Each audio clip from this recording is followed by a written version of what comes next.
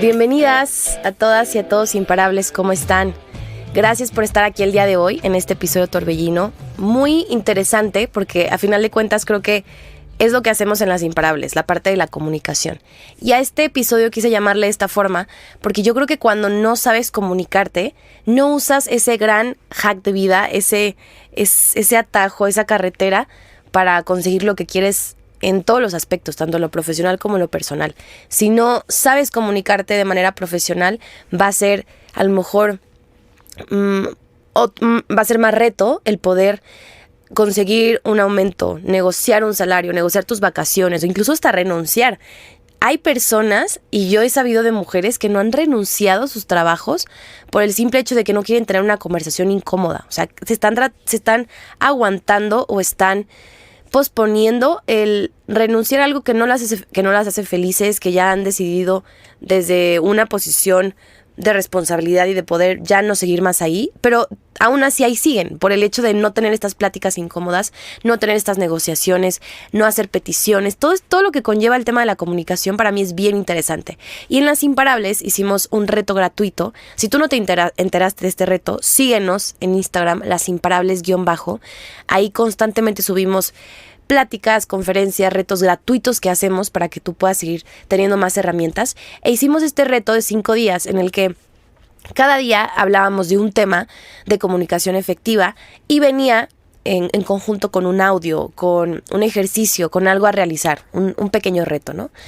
Y entonces quería hacerlo podcast, ¿no? Quería de alguna manera como inmortalizarlo y convertirlo en esta pieza de contenido que es un podcast que tú puedes escuchar cuando sea. Lo ideal hubiera sido que estuvieras en el reto porque al final tuvimos una práctica, tuvimos una sesión de cierre padrísima donde practicamos, nos reímos, hicimos el ridículo, estuvo padrísimo porque al final de cuentas la teoría es eso, es teoría.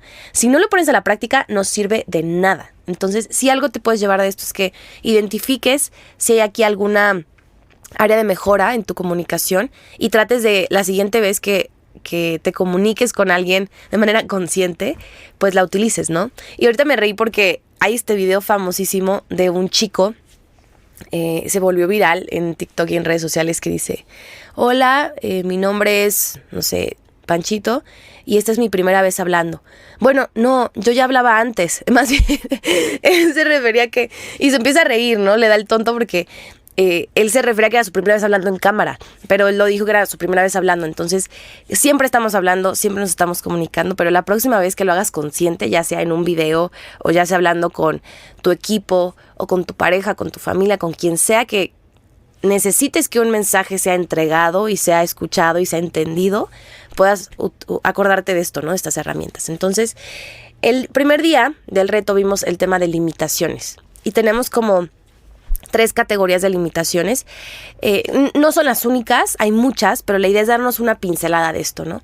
El primero era el tema del lenguaje que nos minimiza. Creo que una de las limitaciones para dar a conocer el mensaje que tú quieres es de antemano todo lo que ya te está quitando poder. Y esto ya lo habíamos hablado en otro episodio, pero el tema de antes de que comiences a hablar, por ejemplo, imagínate que estás en una reunión, en una junta, y antes de que empieces a decir algo, tú ya dijiste: oigan, perdón por quitarles el tiempo. Ya cuando pides perdón por quitarle el tiempo a alguien, es que tú le estás quitando algo de valor que ellos tienen. Como si lo que tú fueras a decir no fuera ni importante, ni valioso, ni digno de ser escuchado. Entonces tú ahí ya te estás quitando muchísimos puntos y muchísima importancia a ti misma. Otra frase muy común que usamos las mujeres es: bueno, yo no soy experta, pero... y ya levantas tu mano y das tu opinión.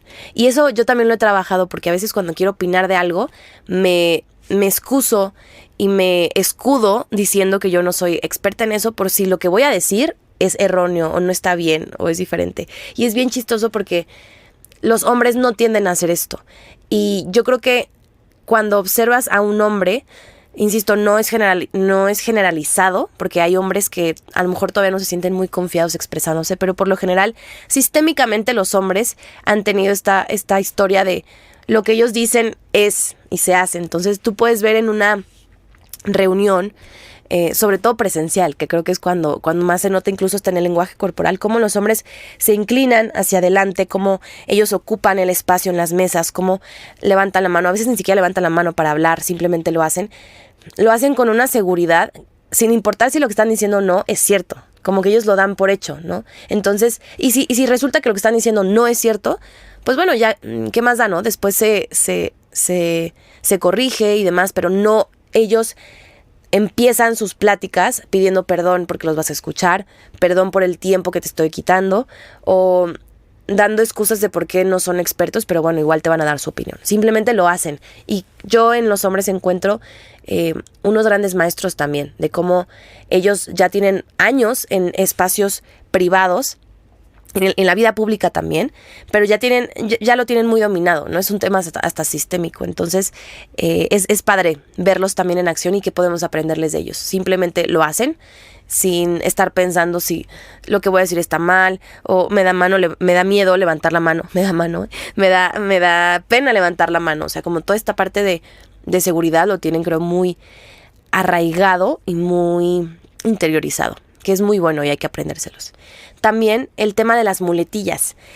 Las muletillas son parte del lenguaje y yo las tengo y creo que todo el mundo las tiene, pero se van haciendo cada vez más sofisticadas. A lo mejor yo, como he tratado de practicar más este tema, ahorita hice una muletilla, no las tengo tan ya constantes, pero cuando tú empiezas a darte cuenta de qué tipo de muletillas usas, hay gente que usa el o sea, el entonces, no, ¿me entiendes? Y es bien claro cuando alguien los tiene, cómo eso desvía la atención del mensaje. Cuando ya te vas dando cuenta de tus muletillas, se van haciendo, como te decía, más sofisticadas. A lo mejor ya no usas muletillas alargando palabras, sino usando palabras como y entonces, o más sin embargo, ¿no? Que también hay quien dice este tipo de oraciones o de frases, pero al final es lo mismo, es que te estás comprando tiempo para pensar en lo que vas a decir. Entonces también es una muletilla. Creo que la idea es que puedas empezar a ser más consciente que esto de alguna manera te resta importancia al mensaje, porque cuando no sabes lo que vas a decir, cuando no lo preparas, vas a llenar el tiempo con muletillas, y eso, cuando es una exposición, cuando es algo importante para ti, hace la diferencia. Cuando estás con tus amigas platicando de cualquier otra cosa, de tus proyectos, estás platicando del próximo viaje que vas a hacer, pues no importa tanto, ¿no? Si usas muletillas, no usas muletillas, usas palabras de más, de menos, eso da igual, tampoco se trata que nos volvamos robots de la comunicación. Pero cuando algo es importante para ti, vas a tener una presentación, vas a tener una plática difícil, es importante identificar todas estas cosas que te pueden limitar. También lo segundo que hablamos es el tema de las creencias que nos limitan. Yo viví un montón con la creencia de que yo no era buena para hablar en público, para platicar, para este tipo de cosas, y tengo una historia bien marcada que la platiqué en las masterclasses que dimos, en los retos. El tema de yo haberme inscrito a un concurso de oratoria, de poesía en mi primaria, y yo me inscribí, me acuerdo que elegí una poesía que iba a declamar, y eran 2 cuartillas, que a mí se me hacía eso, o sea, como mucho. Eran 2 cuartillas con 2 columnas cada hoja, con una letra algo grande, pero sí era bastante, creo yo, para mi edad de aprendérmelo. Y me acuerdo que cuando llegó el día, me subí y dije casi como la mitad, y a la mitad se me olvidó lo que seguía, se me olvidó como una palabra, una frase, porque esa es otra, cuando te macheteas o te aprendes las cosas palabra por palabra, se te va una y el hilo lo perdiste, ¿no? O sea, ya es como se te fue la palabra que querías decir y todo lo demás se fue a la borda. Entonces a mí me pasó eso y me acuerdo que me quedé así petrificada, y ahí estaba mi mamá grabándome y me le quedé viendo y empecé a ver a la gente. Me acuerdo que fue un momento bien humillante para mí, que muy probablemente las demás personas pues ni lo interpretaron así, porque pues éramos niños de primaria. O sea, no esperabas que un niño de primaria fuera alguien mega experto o experta.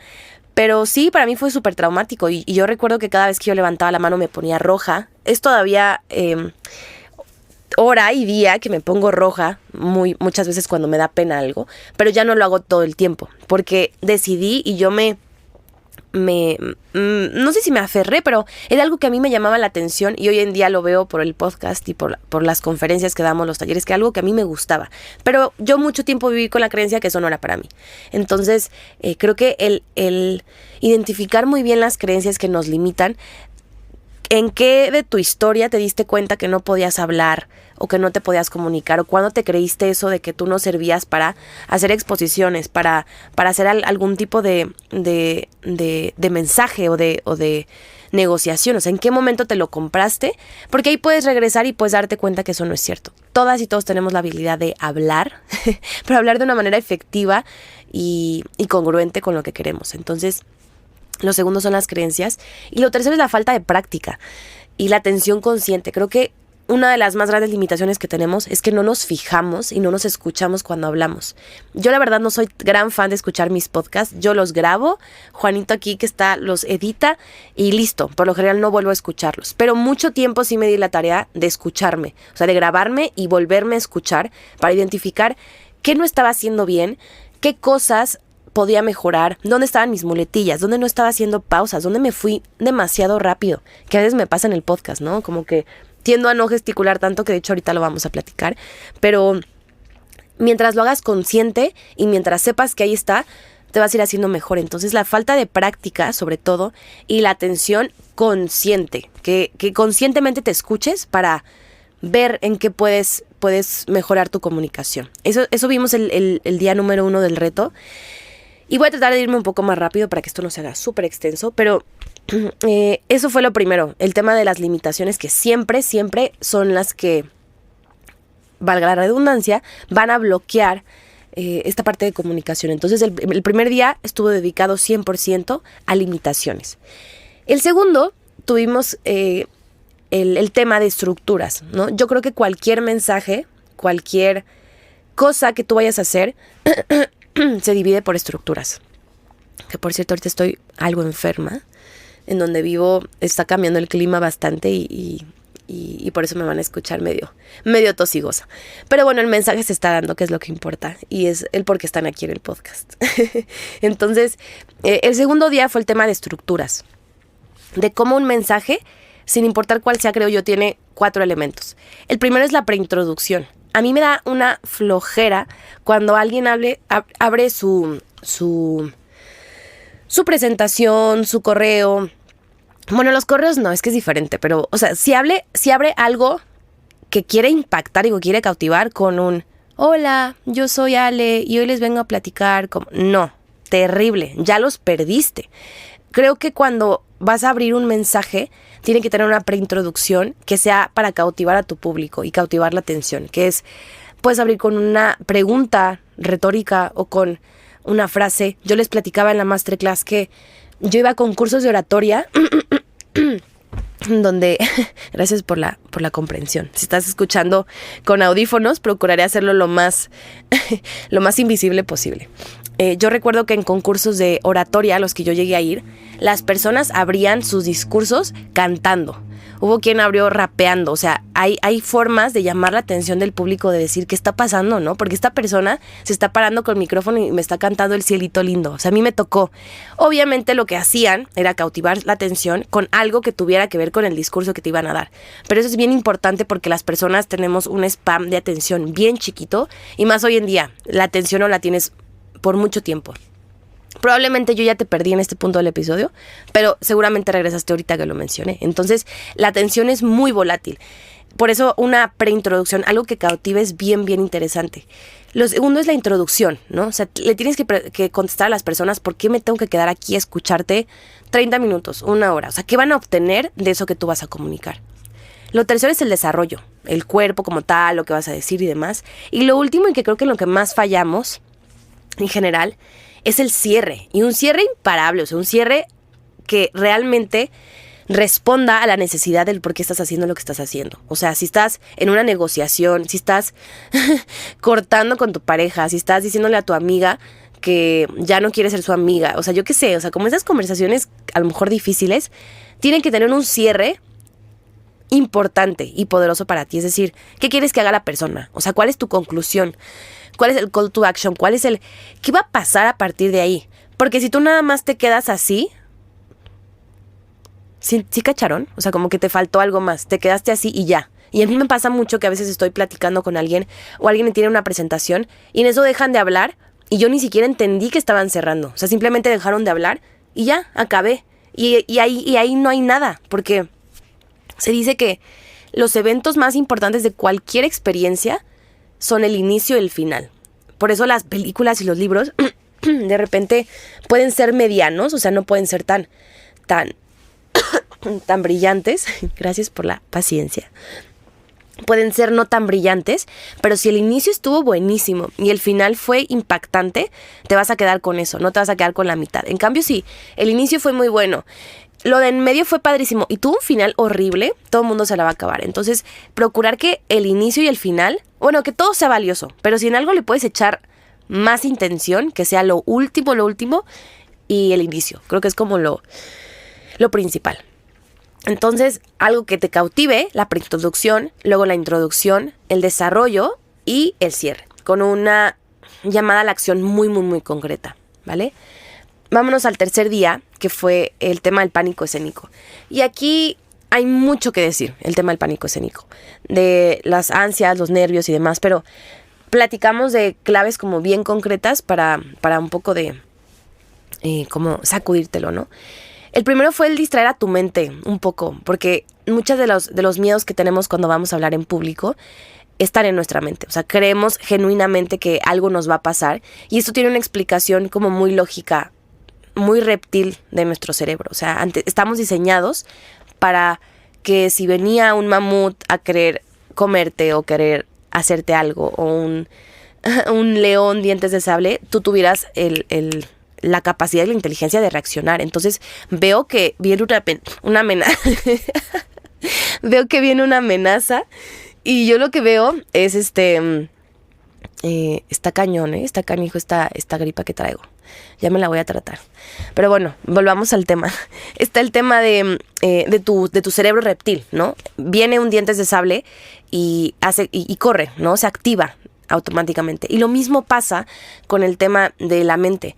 Tú visualizas a este público o a este taller que vas a dar o esta presentación como una amenaza. Entonces, ¿qué hace tu mente? Te quiere escapar, tu mente se quiere ir, te da a lo mejor sudoración excesiva en las manos, tienes ganas de ir al baño, o sea, te da como taquicardia, porque el cuerpo siente o cree que está, pues sí, o sea, que se está yendo, ¿no? O sea, o que está en peligro, que estás yendo a un lugar donde está un mamut. Pero creo que mientras entrenes a la mente y un poco al cuerpo también, se van equilibrando. Y creo que el miedo nunca se va, más bien se transforma en emoción. O sea, a mí me encanta porque yo también soy bailarina y a mí creo que nunca me dio miedo un escenario, ni siquiera cuando iba a hablar. Cuando iba a hablar en público sí en un inicio, pero ya ahora se transformó de miedo a emoción. O sea, me da una emoción tremenda el hecho de pararme y bailar o platicar algo, compartir algo. Y creo que cualquier persona que comparta eso se puede identificar. Pero no es un escenario diferente a cuando te sientas en la oficina de tu jefa a pedirle un aumento o te sientas en el sillón a platicar con tu familia algo difícil. O sea, es el mismo escenario, pero el pánico puede ser muy parecido. Entonces, distraer a tu mente funciona mucho. No evadirla, pero no hacerle caso, que lo que piensas no siempre es lo que está pasando, ¿no? El segundo es el tema de las técnicas de respiración y relajación. O sea, funciona un montón respirar en 4, retener en 4 e exhalar en 4. O en 8, como tú prefieras. Y esto es porque si la mente está pensando que se va a morir, pero el cuerpo está bien tranquilo, como que el cuerpo le dice a la mente, oye, pues estoy bien, ¿no? O sea, mira, estoy muy tranquilo, mi taquicardia bajó. O sea, como que el cuerpo le dice, no pasa nada, porque si algo pasara yo estaría súper acelerado. Entonces, cuando te relajas, lo que haces es que le dices a tu mente, no pasa nada, todo está bien. Y dimos muchísimas técnicas de relajación, la que a ti te funcione: música, cuencos, incienso, meditar, poner tu mano abajo de un chorro de agua y concentrarte en las gotitas que caen. O sea, hay mil formas, ¿no? Pero lo último también es pensar, o sea, ¿qué es lo peor que puede pasar? O sea, genuinamente piensa, pues bueno, lo peor que puede pasar es que se me olvide qué sigue en la presentación. Bueno, ¿qué es lo peor? Pues volteo, leo y ya, y retomo, ¿no? O sea, eso es lo peor que puede pasar. O lo peor que puede pasar es que no me salga ni una palabra, que casi nunca pasa. Bueno, ¿qué es lo peor? pues nada, me despiden, no sé, ¿no? Un decir, si es algo como muy extremo. Bueno, ¿en qué pasa si te despiden? Bueno, pues no sé, pues consigo otra chamba o ya me quedo en bancarrota y me voy con mi amiga, que seguramente me va a ofrecer una quesadilla.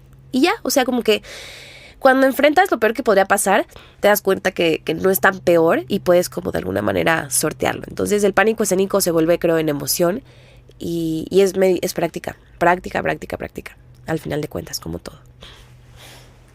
Vámonos al cuarto día. Porque fueron 5, pero creo que realmente este fue el último, porque el quinto tuvimos el cierre de la masterclass, que es lo que les estoy compartiendo, y la práctica.